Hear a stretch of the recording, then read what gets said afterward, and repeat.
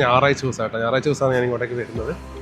ചേട്ടാ ഉപയോഗിച്ച് നോക്ക്, ഉപയോഗിച്ചിട്ട് എന്താണെന്നുള്ള പറ. ഇവർ പൊട്ടിച്ചിട്ട് ചായ ആക്കാനുള്ള പരിപാടിയാണ് ഇവരെന്നെ.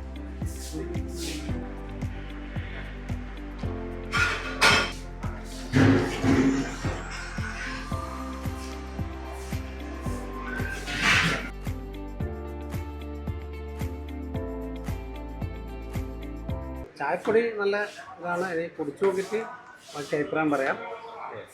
വണ്ടിയെല്ലാം കണ്ടീഷനാണ്, പോരുന്നത് സ്ട്രോങ് ഒക്കെ നല്ല കണ്ടീഷനാണ്.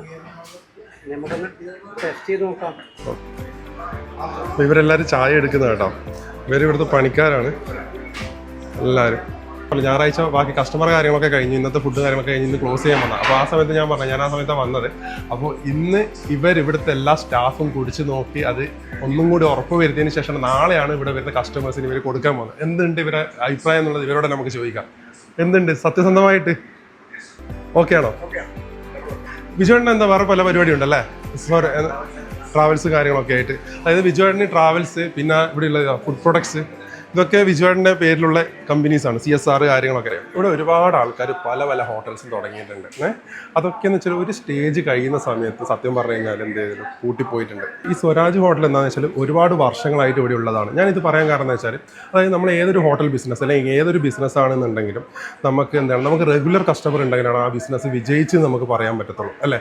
അപ്പോൾ അങ്ങനെ റെഗുലർ ആയിട്ടുള്ള കസ്റ്റമേഴ്സ് വരുന്ന ഒരു ഹോട്ടലാണിത്. പല ഹോട്ടലും ഇപ്പോൾ ഞാൻ പറയുന്നത് നമ്മൾ ഹൈവേ സൈഡിലൊക്കെ വെക്കുന്ന ഒരു ഹോട്ടൽസ് എല്ലാം ഉണ്ട്. വെച്ചാൽ ട്രാവൽ ചെയ്യുന്നവരെ മാത്രം. അവിടുത്തെ ഫുഡ് മോശമായാലും വൈറലായി കഴിഞ്ഞാലൊന്നും അവർക്ക് കുഴപ്പമില്ല, കാരണം അവർ വന്നിട്ട് പിന്നെ കംപ്ലൈൻറ്റോ കാര്യങ്ങളൊന്നും പറയാൻ നിൽക്കില്ല. പക്ഷേ ഇങ്ങനെയുള്ള ഓരോ നാട്ടുകളിലുള്ള ഹോട്ടൽ കാര്യങ്ങൾ എന്ന് പറയുന്നത് എന്ന് വെച്ചാൽ റെഗുലറായിട്ട് കസ്റ്റമറെ വരുത്തിപ്പിക്കാൻ അവർക്ക് പറ്റിയിട്ടുണ്ടെങ്കിൽ ആ ഹോട്ടലിൽ എന്താണ് ക്വാളിറ്റി ഉണ്ടാവും.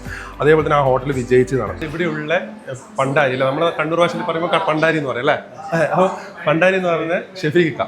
അപ്പോൾ ഷെഫീഖിൻ്റെ ഒരു ഹിസ്റ്ററി ഉണ്ട്. മൂപ്പര് എങ്ങനെയാണ് ഹോട്ടൽ ഫീൽഡിലേക്ക് വന്നതും, അപ്പോൾ മൂപ്പര് എന്താണ് എൻ്റെ ചായനെ കുറിച്ച് പറഞ്ഞത്. നിങ്ങൾ എത്രയായി ഈ ഹോട്ടൽ ഫീൽഡിലേക്ക് എത്രയായി വന്നിട്ട്? ഞാൻ 22 വർഷമായി ഹോട്ടൽ ഫീൽഡ്. അപ്പോൾ അവിടെ എന്ത് ജോലി എടുത്ത് ഫസ്റ്റ്?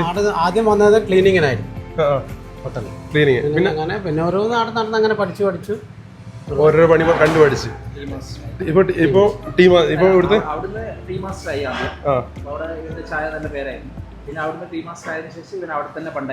അപ്പൊ ഇത് ചായന്റെ വേറെ അഭിപ്രായം വ്യത്യാസമല്ല, നല്ല ശരിക്കും ജെന്യൂനായിട്ട്. ലൊക്കേഷൻ എന്ന് വെച്ചാൽ തോട്ടട തന്നെയാണ്. തോട്ടട ബസ് സ്റ്റോപ്പിൽ നിന്ന് ഇങ്ങോട്ടേക്ക് വരുന്ന സമയത്ത്, മോളിലേക്ക് വന്ന സമയത്ത് റോഡ് സൈഡിൽ തന്നെയാണ് ഹോട്ടൽ സ്വാദ്.